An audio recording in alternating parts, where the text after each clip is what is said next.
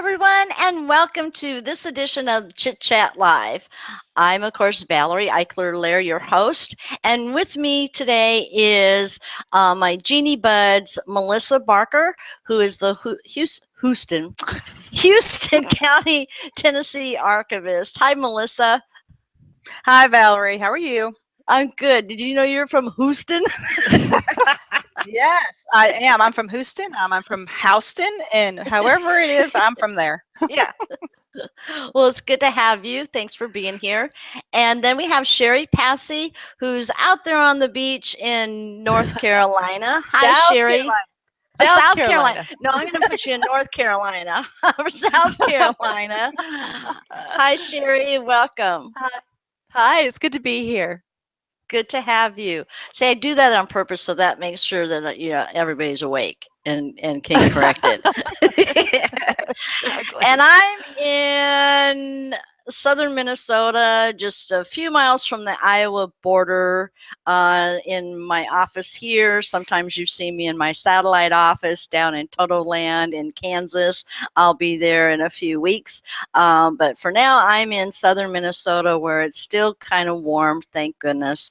I'm going to be like a bird and fly south. But anyway, we have a full half hour of our chit chat, and we are covering Finding Your Roots. It's on PBS on Tuesday evenings, so be sure to check your local listings for your PBS channel and what time it starts on Tuesday. But we are going to cover episode 2 and episode 3. And episode 2 had Fred Armisen, Carly Simon, and Christopher Walken. And episode 3 had Ted Danson, and his wife Mary Steenburgen and William H. Macy. So we're going to get right into it. And Fred Armisen, of course, I loved that episode because it had Germany in it. It had two of my dear German genealogy girls, Ursula Krause from Berlin and Uta Brandenburg from in my home state of Iowa. They're one of the two of many that did the research on it. So, Melissa, give me your take on Fred Armisen. I actually loved his story. Of course, I'm not Asian, and I don't have any Asian in my genealogy, but I love learning about other ancestries, other parts of the world, and their records and things like that. And the thing that I absolutely loved about his was the fact that his grandfather was celebrated in an exhibit at a museum. And I'm always telling my students and others that I work with, don't put museums on your to-do list for genealogy research, because they have records too. I mean, when you walk, I like to say that museums have a front room and a back room. When you walk in for those exhibits and those displays, those are great, and we ooh and awe, but there's usually back rooms with records. And Yeah, so and he was oohing and on at the, you see him taking pictures of what was displayed in the museum. Because that was his. That's right, his and family. and they didn't show it, but I bet you that they have records for his grandfather that was there as well. And so, that's what for this particular episode, I was really, really encouraged that they showed the museum, because I would tell every genealogist, check the museums in the area where your ancestors are, or wherever your ancestors' records are, because they could be at a museum. Melissa, I actually found a copy of a family Bible in a hanging file in the basement of a museum. So yes, we need to check the museums. Well, she lived to be almost 104. I think it was 103. She had the Yost family Bible, and I saw it. I held it. It's this thick. She kept it in a Hollinger box, and so when she was getting up there in age, I told her, I said, well, if no one in your children want the Bible, I'd be happy to take care of it. And I'm glad that she didn't do that. She put it in our local county museum. So then everybody has access to it. Right. That's So right. good points. I love the Oriental, I can't remember what it was called, but the record, and it took them back, to like the 1500s. Right. Actually 1685 back to the 5 greats back. There were 63 generations, and Right. I loved how they pointed it out as evidence that scholars had confirmed that printed genealogy was in fact too. I want to say it was like a Chobok or Chobuk. Yeah, Something. that sounds right. But Yeah. that you don't find those online. That was someone that had that. I believe the tradition in Asian culture, if I'm not mistaken, I believe their tradition is to hand down their ancestry verbally. That's part of their heritage. I don't know that for certain, but maybe a different. But they do that. But it was really good. The variety, and then also how he was a dancer and then worked for Germany, and performed there. And so immediately when I saw that performed 1937 in Berlin, I'm thinking of my Genie Bud Ursula. Yeah. But he was paid by the Nazis. Right. And that kind of threw him a little bit. Oh my goodness. That's why he was here. And that's how we met my grandmother, because he was here performing for the Nazis. So that threw him until they were able to pull the military record where it claimed that they thought he was a spy. He was working undercover, and it was so cute how he says, "Yeah, dancer working undercover. Yeah, we've got details of the dance rooms and stuff like that." I thought that was really funny. But anybody could be used, so that kind of turned the tables, didn't it? It did. But yeah, it was very good, and how they in the entire episode, but especially I'll say it in each part, how deep they went into doing the research. So, and you can tell that by if you look at the credits, and if you watch the episodes that are being posted online, for PBS, just pages and pages of archives. I know, Melissa, you try to make a list of all that. I do. When I was telling you before that I don't do it when I watch it, but I tape them and I go back and I write down all of the repositories that are listed, because I might run across one that's in an area where my ancestors' records are, or where I'm researching, that I didn't know about. That's a great idea. It gives everybody clues and everybody information. There's a lot of teaching moments and aha moments. So, oh yeah, if you look here. Sure. Okay, well, we need to move swiftly on to Carly Simon, which was a very, how do I say this nicely? Very thin amount of documentation records and stuff, but that's how it goes. It was a great example to show people that not every one of our ancestors is going to have a ton of records, documents, and things like that. And they got to a point where there were no further records. But Sherry, I'll point out a few things that caught your eye in her part. Well, first of all, what the grandmother kept saying, "You're never going to find anything about me after I die. You're never going to find anything." And she wouldn't say anything.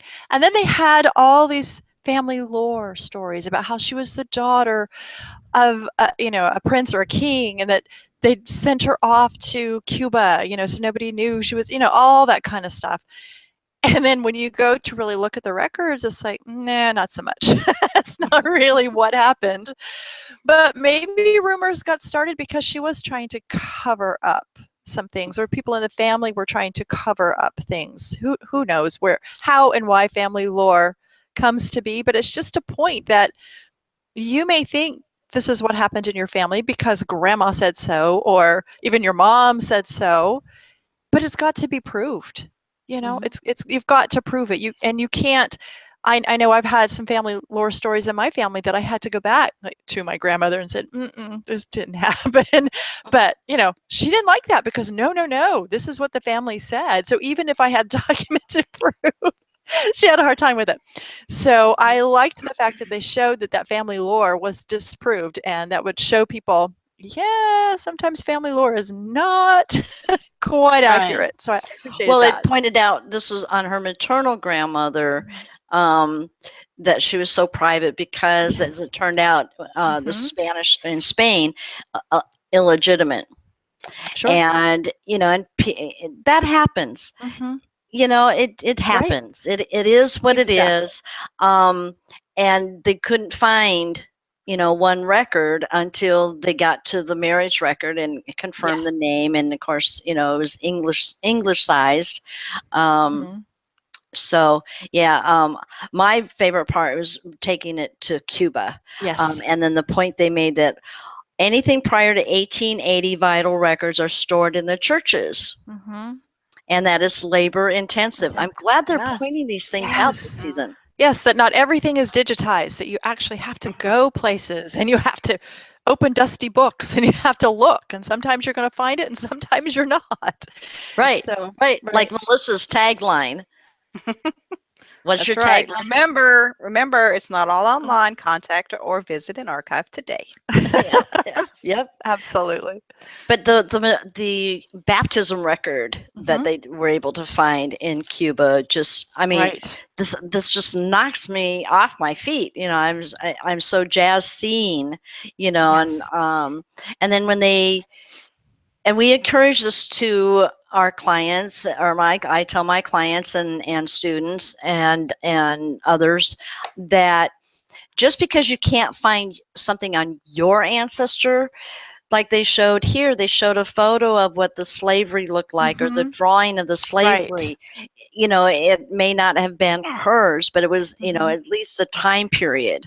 Sure. It puts it into perspective what may have been happening to your ancestor. Exactly.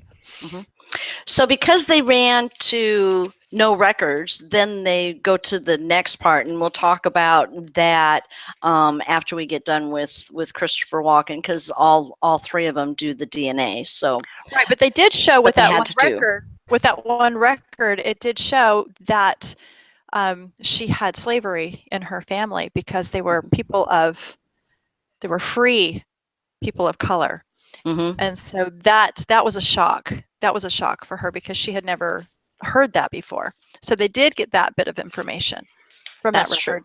Well, I will say that when they showed that one picture of her grandmother, believe it or not, when I saw that picture, I thought to myself, she has African descent in her because of her features. And then they kept going on, and I thought, well, maybe I'm wrong because they weren't saying anything.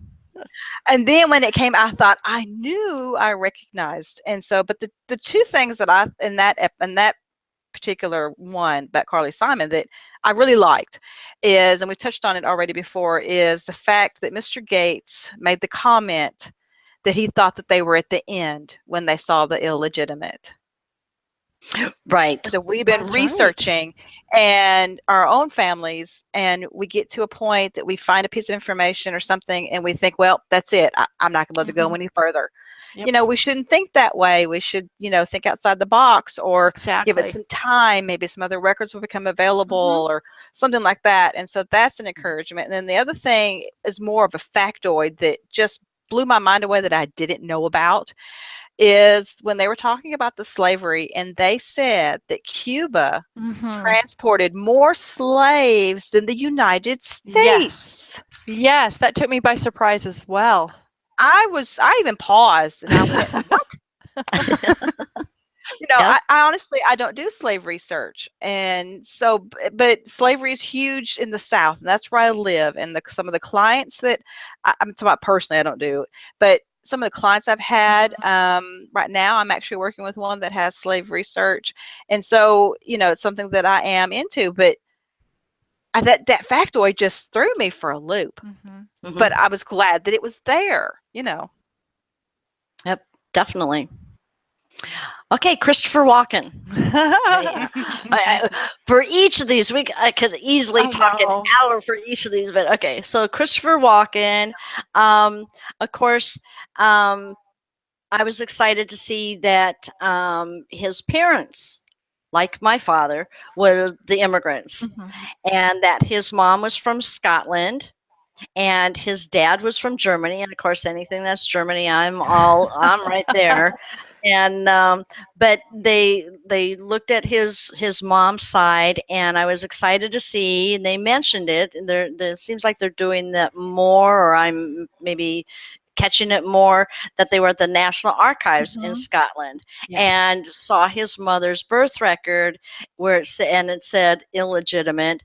And so again, I've seen that in my own research as well. So Melissa, I'll go back and forth to have you guys start. What caught your eye on either his mom's side or his dad's side?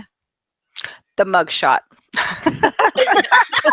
Oh man, that's caught my eye too. when they showed that mugshot, but Christopher Walken was all about it. I mean, he didn't shy away from it or anything. And so, I'll be honest with you, I don't have enough criminals in my family history. You've been hanging out with me too long, because I'm always saying I want to go out. I want to find the dirt. I want to find the real good stuff. That's where the records are. Yeah. So and the guy, of course, was creepy looking, but and his hands. Did you notice how? From what I could tell, his hands were huge. Huge. Yes. And it was interesting. The mugshot had his hands up like that. I wonder. I've seen mugshots like that, and I honestly have never done the research or checked into why. Be a reason. There's a reason that other than maybe they didn't have fingerprinting at the time. Maybe that was some form of identification. True.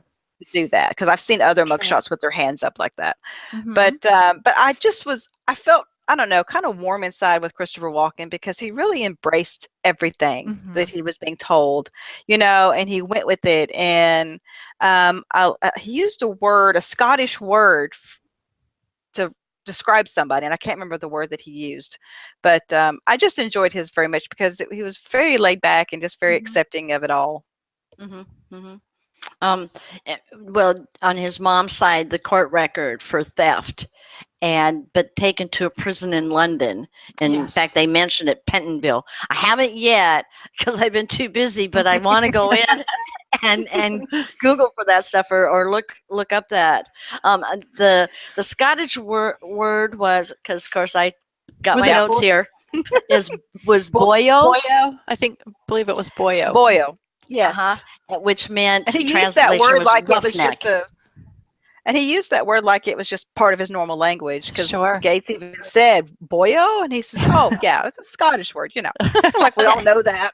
Yeah, it's probably the word his mom used when he got in trouble. Yes. Yeah. They pointed out too, and this is a good learning tip for those who can't find their birth record, like his mom, but because in 1935 she needed her birth record, and it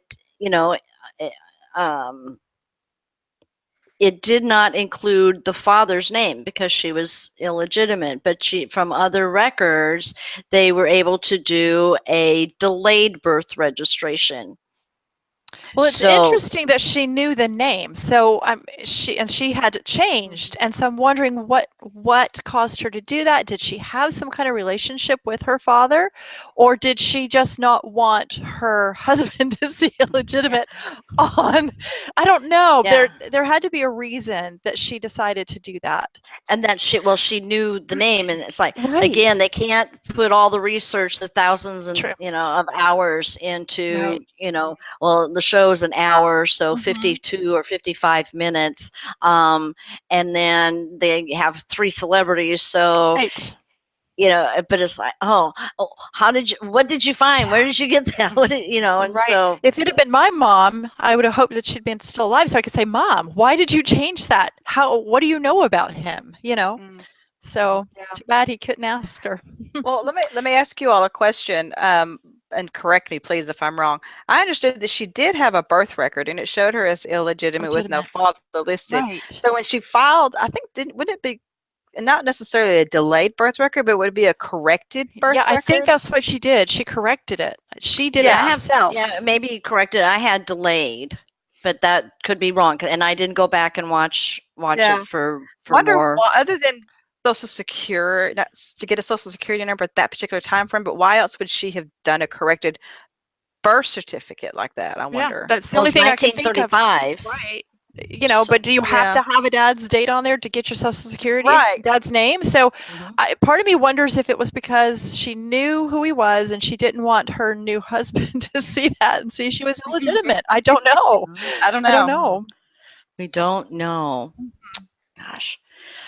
For the dad's side, I'm going to Yeah. skip to the dad's side because of Germany. And when Yes, I I love saw that. the building that's Yes. had the bakery, Yes. and it was in Yes. Berlin, and of course, again, Yes. I'm thinking of my genie bud in there, and then the map of Germany Mhm. showing horse. And by the way, I'll throw it here. It's in the credits, but I'm thinking most, if not all, of the maps, because one of the references are to the Rumsey map Mhm. collection, Mhm. and those Mhm. are online. So, but excellent. But he was the first baker. That's where it started, and how it's spelled. It just, seeing that, I got goosebumps. Mhm. I wondered too, because seeing his, I don't know why I didn't think about it, but when I saw the bakery in Germany and how the name was on the building, I wondered if his name is pronounced like Walken, with Walken, almost like a V. Yeah. Mhm. Maybe. Yep. Because I asked a long back in 1989 when I first got started, and my great grandfather had noted on the census. I thought I kept pronouncing it Waldeck, but when I went to Salt Lake my first trip in 1989, I was corrected by someone that were, on the German floor of the B1 on the Family History Library, that is Waldeck. And so I'm still, I even tell Ursula and Uta and everyone that was at the German conference here in Minnesota this July, I'm going to butcher it. I know, the DNA may run through me, but it doesn't come out the mouth. So, and so that leads me right into the DNA, because they used the DNA and told them this time it was percentages, which again, those are estimates. But I liked how they using the DNA and testing 3. They for Carly, we'll go back to just the DNA part. How it could be 1 or 2, or one or the other for her mom. Mhm. Oh, right, because they were trying to determine if a 48-year-old could have had a baby, and I'm here to say, yes, I've got that in my genealogy.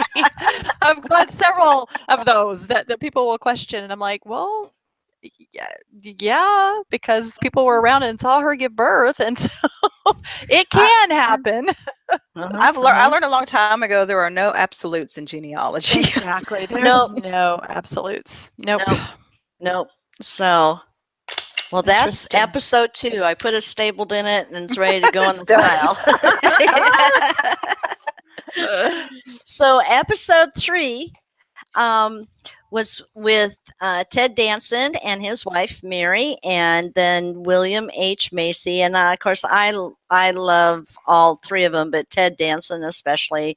And this episode again was just jammed so full of not only the records, which we always want to see that, but the information, the historical background, showing what if they didn't have it on your ancestor, they have something from someone else's or from historical records that you can use for your own research. I don't have those kind of pictures in mine, but here's a reference to something. Right. So Sherry, with Ted, let me ask you. When you started your genealogy, did you go right to your 10th great grandfather to start? No. And you know what? Neither did they. They just didn't show started, us. all that's the right where stuff. they started almost. Yeah, that's where they, yeah. But when they did the research, they didn't start there. They started from 10 and worked their way up. It just didn't make the cut. Maybe the Yes. stories weren't as good, because the story of his 5th great grandfather, Oliver Smith, who his home was still there, and he fought in the Revolutionary War. And then there was the document that showed that he bought the slave, but then he allowed that man to work for money, Yes. and then to purchase his freedom. Not only his freedom, but the freedom for his wife and his children was touching for, I think, everybody that watched. And Ted Danson was touched by that as well. He was very moved. Yes, he was very moved. Very into it, and asking questions, and before he turned the page, well, is it going to be this? Exactly. Yeah, he was, he was very, very much so. And when they showed the book that his, slave ancestor wrote, and Right. of course, I watched that one because I couldn't see it Tuesday night, so I watched the recording, and of course, I'm stopping the recording every 2 seconds, but. But his name was Venture. Venture. And then after he was freed, he named himself Venture Smith. So, to honor the man that, let him go free. I think that's and that wonderful. really moved Ted Danson as well, because he goes, well, good for my ancestor. Yeah, good on him. Good on him. Yeah. What I liked about Ted Danson is tell me which side, but the Massachusetts court records research of his ancestor, the woman. Yes. So ahead of her time. Yes. And, and when they were talking about the court trial that she had and what they were accusing her of, I was so waiting for them to call her a witch, but they never did. Because he did say, don't tell me they burned her. I know. They called her everything but. Yes. And I'm surprised they did not think, but they just, sent her off. Everything else. Yeah. Yeah. I mean, they listed everything but that, because I'm thinking too, when I was watching, I'm going, oh, okay, well, here's, here's the Salem witch trials or what witch trials, but it was like, no, but it's everything but, and then she moved on, and it was very, very well. I thought, even because they can't show everything, but I thought it was very well put together for him. Yes, it was. What they did show. Right. And the statement that she made in front of the court, you can't do anything to me, to my body, because, Christ is, Jehovah is watching over me, and you can't do anything. Can you imagine? No. And then she said, if you do something, it's going to be on your heads. Can you imagine what they kind of maybe went, oh, but that really touched him too. Yeah, it did. Yeah, and they banished her. They banished her from the colony, and then she went to where did they say? Where did they say she went on to New Amsterdam? New Amsterdam, yes. Where then she was murdered. So with 5, they said, of her family members. So yes. That was very sad. In September of 1643, New Amsterdam. Of course, I love that area as well. And looking at that map of New Amsterdam and showing it, I mean, every so often something happens, or you see something, or you smell something, and it instantly transports you back to elementary school. Well, I saw those maps, and it's like a feeling came over me, like I was back in my 4th or 5th grade social studies history class. Maybe I didn't pay attention then, but I did like the maps. I was into maps, and I got, it's like a feeling just came over me, and so of course we want to go and look at those maps, but they did mention Massachusetts State Archives, so I thought of you instantly, Melissa, whenever I hear archives. And of course I love archives. I can't imagine people not using them. And court records, even if your ancestor did not commit a crime, you need to research in court records, because there's civil cases, there's all kinds of stuff, and a lot of times these aren't indexed. Oh, every no. name in Page this. by page. And so, it's like newspapers. If you're going to go through the newspapers page by page and read everything to try to find your ancestors, do it in the court records. Maybe they were a juror, maybe they were a witness, and if you're having a hard time placing them or finding any records on them, this court records are a fantastic place to find your ancestors. And when you're there on site, then do what I did, where you go to the courthouse and you take photos of what it looks like now, because I did this in Montana, and as I stood there to take the photograph, I'm going, oh my gosh, that's where my ancestor would have sat. That's where the jury would have sat. Yes, That's absolutely. I'm standing in the place where someone probably wore. I think of the wigs. It would have stood. So there's nothing like, obviously, like on-site research. But yeah, look through everything. So yeah, and I know when they were doing the research, they do that. I don't know, I wish we would know, but they had the drawing of Anne, his 10th great grandma. Right. That was so cool. Yeah, That was cool. that was very cool. Great. I wonder where they got that from. But yeah, and I'm fascinated because I don't have Massachusetts research. I've got a couple of colleagues and friends that do, but I'm just fascinated, to when they talk about the Massachusetts Bay Colony, and and they pointed out the long, dangerous trip over the Atlantic Ocean, and then showing this, sketch of a sailing ship. Oh. Very cool. That was good. And of course, then they did Ted's DNA at the very end, and he turned the page. Who am I sharing it with? And it was somebody. Colbert. It was Colbert. Yes. Stephen Colbert. Yes. This particular episode I enjoyed because they said the chromosome. They didn't give any ethnic ethnicities. They said in the segment they found a DNA shared match, and it was on the 20th chromosome. It's like, yay! Now they're Yep. But I loved his comment. I didn't write the whole phrase down, but the first 3 words: compassion for Americans. And that just choked me up. Okay, so next was his wife, Mary Steenburgen. Yes. Of course, when they got married, I was like, oh, cool. And of course, I remember her from the Back to the Future movie. Yes. So, oh my gosh. And of course, we don't start, like I had Sherry point out, we don't start back like they showed with the 8th grade grandfather. It's like, really?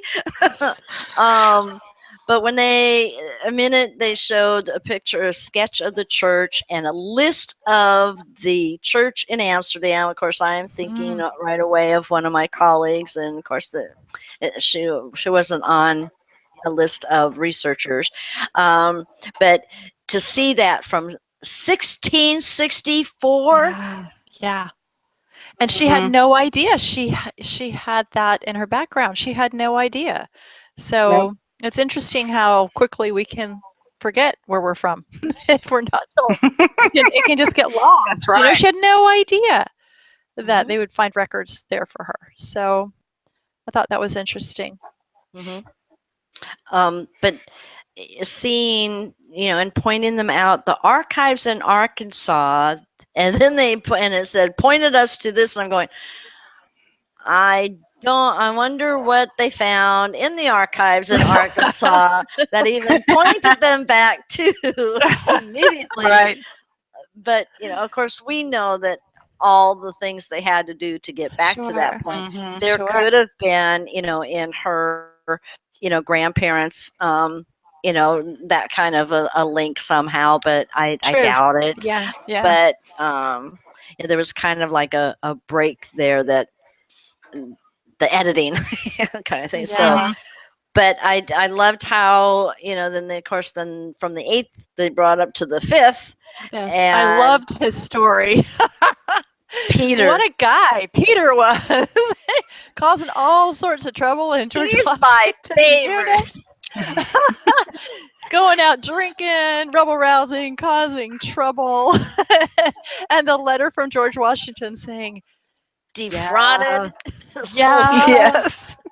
He was taking their pay and buying stuff and then selling it back to them for a higher price. So, But George Washington gave him a second chance. Yes, he did, which I thought said a lot about Does that his not tell you character. something about George Washington? Yes. Yes. And Then, then, in that time period, go ahead. I just say in that time period, things were very strict and straight-laced, and they just, it was what it was, period, here it is. But he, I was great to see. And so then what does he do? He goes off and marries a rich woman. There you go. I loved it. I loved it. But they did say he settled down, so. Yeah. And then, they said, and married a rich woman, say that 10 times. But then what was his new occupation? And of course, she was right on. She was. And showing the license. Yeah, license to operate a tavern. What a character. Really. What I want to adopt them. What I was very appreciative of with Mary's story was the Civil War aspect. Yes. Because they brought in Tennessee. Mm-hmm. And I work with clients and students in Tennessee because that's my area. But people think because Tennessee seceded that it was all Confederate. And what people don't know is that when you look into it, it's really half and half. It seems like half the men were Confederate, half the men were Union. And, I was talking about learning and not having absolutes. My husband's great-great-grandfather, Jesse Glasgow, I had known early on, as years ago when I started research, that he was with the Union Regiment out of Illinois. And I always thought to myself, not knowing, but I thought, why would he go all the way to Illinois from Tennessee? Because he lived just down the road from us. And I said, why would he go all the way to Illinois just to join up? Well, when I taught more myself how to research and got more underneath my belt, I realized, wait a minute, he didn't go anywhere. He joined the Illinois regiment that had come to the Battle of Fort Donelson, which is like 20 minutes from my house. That's what he did. He didn't go anywhere. He lived right here, and he joined a Union regiment. And so it's learning, and as genealogists, we have to always be thinking outside the box and always learning. We don't have it all, Right. And so they said and showed the map of Carroll County, and that's again a teaching moment when they said Carroll County was split 50-50. A lot of counties in Tennessee were, and that William chose Union. So and then it especially hit when they the minute they mentioned captured, I'm thinking, uh-oh. Yeah. And when they said Andersonville, I thought, yes. Yeah. And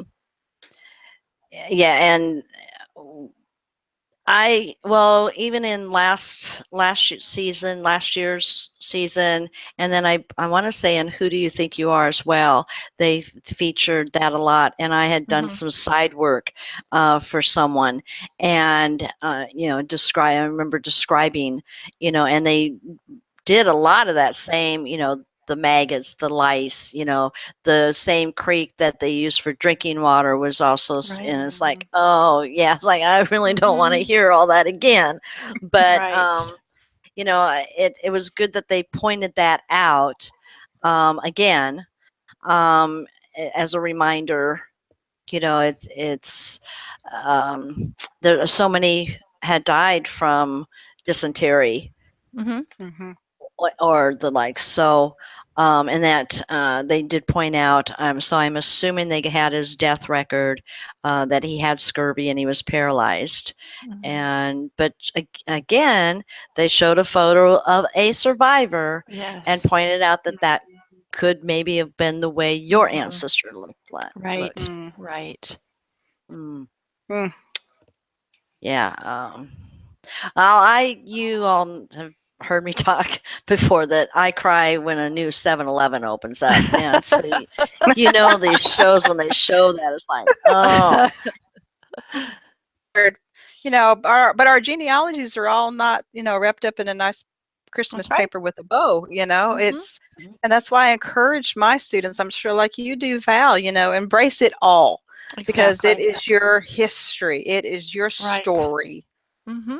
good or bad or ugly or And beautiful. I do, and you I know, do the and same. that's Yes. Yes. yeah. Yeah, and let people know that, you know, you got to go into this knowing that there may be some things that you find out that maybe you wish you hadn't known, but it's part of your family, and it is what it is. And like one of the guests said, I think it was Mary Steenburgen, she said, or it might have been Ted, I don't remember. One of them said, "There's good in bad people and bad in good Bad people." and good people. And Yes. that's what we find out when we research. Yes. Well, at the very end of hers, they showed her who she shares DNA with. Just so happens. Just so And happens. it's the other guest on the show. Go figure. I think that was all set up, but on the 12th chromosome. But this time they gave the relationship, which was sixth cousin, one generation removed, and that was William H. Macy. So, really quick, I seen some of the things, you know, the newspaper and the date of the newspaper and about his dad, and that, you know, oh, and yeah, I started crying when he started to tear up about his dad being a hero. But when I saw that yearbook, you know, album with the yearbook photo, it's like, oh. So either one of you go ahead and point out what captured you in any of his parts. Mine was the state pension that was, you know, not quite telling the truth about about, you know, she went and claimed a pension and said that her husband had died when in fact he had deserted. It looks like he just walked away from battle. And then the obituary was in the paper that he had died like 30 years after that. But I guess, you know, people got to do what they got to do. And maybe and he they did pointed die. out that they pointed that out, that you Exactly. know, because of what happened with the next generation back, her Right. father, or his Yes. father, His father, yeah. losing the loss of slaves and declining the financial, you know, Right. thing at the farm, and you know, and Well, I wondered. I just I'm wanted to sorry. point out that the pension, they pointed it out that it was the state pension Yes. application, Yes. because Confederate is all you're going to the state for the records. Right. And you noticed it was just a few questions. There wasn't the amount of information that a union pension would have. So it's really sad when you find that pension and there's like nothing on there, and there's no. Well, there's still quite a few. There was quite a was. few, Well, but South not as. Carolina's not so great, but they didn't have to prove anything other than getting somebody to come in and say, "Yeah, he fought with me." That's about all. So there was no Bible pages. There's no, you know, documents like you can in the union. But I wondered, perhaps she felt the need to file that because he may have still been alive, but he may not have been functioning at all as a, you know, breadwinner. He may have had issues as he deserted and left that battle. He may not have been around very much. And so perhaps in her mind, he was gone, you know, and she needed help. So was it just a full lie because she was being, you know, devious and wanting the money? Or, you know, maybe perhaps he wasn't around. So That's true. No. Yeah. Well, and Mary, I think Mary even said it too, that, you know, or maybe it was Dr. Gates. She did what she had to do.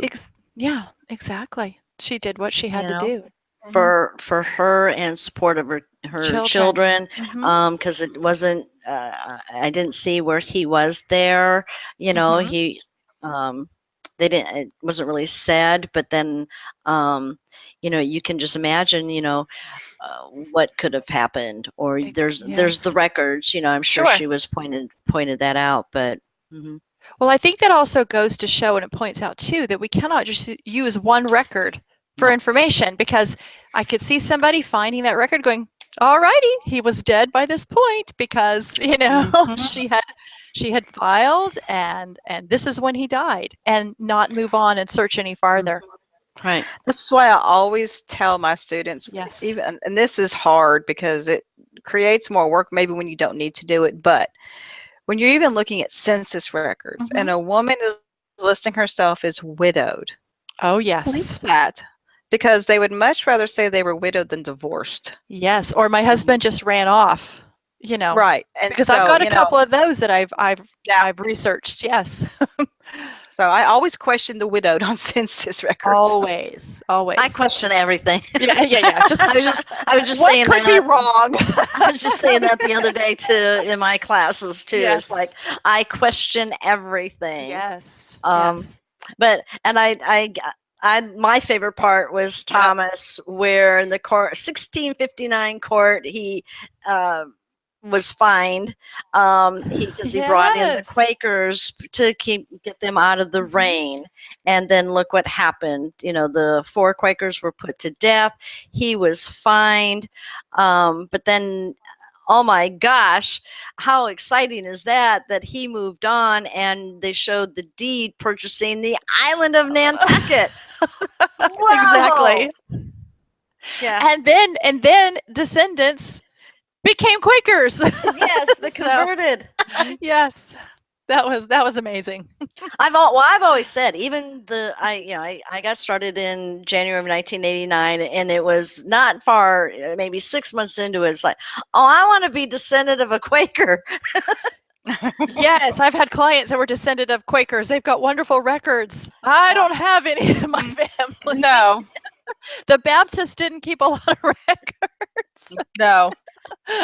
But I guess so full with documents, that they did take the time to show, and the historical parts, and showing things that, again, examples of what we may not find this with your ancestor in it, but we found, drawings or paintings or, photos of someone else, that you can use for that historical that historical background is important. So I hope it encourages genealogists of all levels to get them excited. Maybe there's a genealogist out there that's been doing this for so long, they're kind of burnt out, or they think they're at the end or whatever. Maybe to get them excited. That's what I love about these shows. Now, like I'm like everybody else. I wish they'd put a disclaimer about how many hours it took and what all they did. But shows, because it excites me, and I've been doing this for a long time, and it excites me to think, oh wait, you know what, I can't give up on that ancestor. I've got to go to another repository, check another set of records, so I'm hoping it does that for everybody else. Oh yeah. And then you can't just do it in 42 or 52 minutes. This takes a team of researchers, a team of archivists, a team of historians, pouring through pouring through all of the information, and so it does take time. And wouldn't it be fabulous if they did a show based on that? This is how we do it. Yes. Fabulous. That would be wonderful. A couple of hours special. Maybe a week-long series or or something, or just a series on how they do it. Yeah, just so people could understand. I remember someone, I'm not going to mention names or anything like that, but saying that, well, if we did that, it would turn away people. And, we're not saying that to turn away people, but just to be aware. I don't think it would. I don't think so. I mean, of course, that's why, me, it's like, well, show me, what did you do from this point to this? But then, but just realize that, it does take time. You don't and just because you look in one place for one particular record and don't find it, that you're not going to find something else in a different place. And don't just, don't just leave it at that. Like I tell everybody, don't leave any stone unturned. Right. That's right. Do it all. So I'm going to put the staple on that one. We've gone a little bit over time, but that's okay. We had to cover a couple of episodes. Had to cover a lot, so we did good. we did. Well, thank you. Thank you so much, Melissa, for being here, and for Sherry for being here. And it's awesome and fun to always hear others' perspective. And we've been hanging out too many times. We're thinking even during the show, oh, it's going to be that, or oh, they're going to tell us that. So, Valerie, thank you for hosting. Thank you for hosting, Valerie. We always enjoy listening to you and your expertise too. So just thank you. Yes, absolutely. Thank you very much. And my excitement and my tears. Yeah.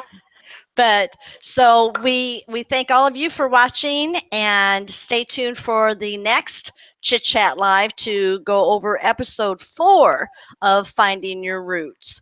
So until then, we bid you a fond farewell, and we'll see you next time. Bye-bye. Bye-bye. Bye.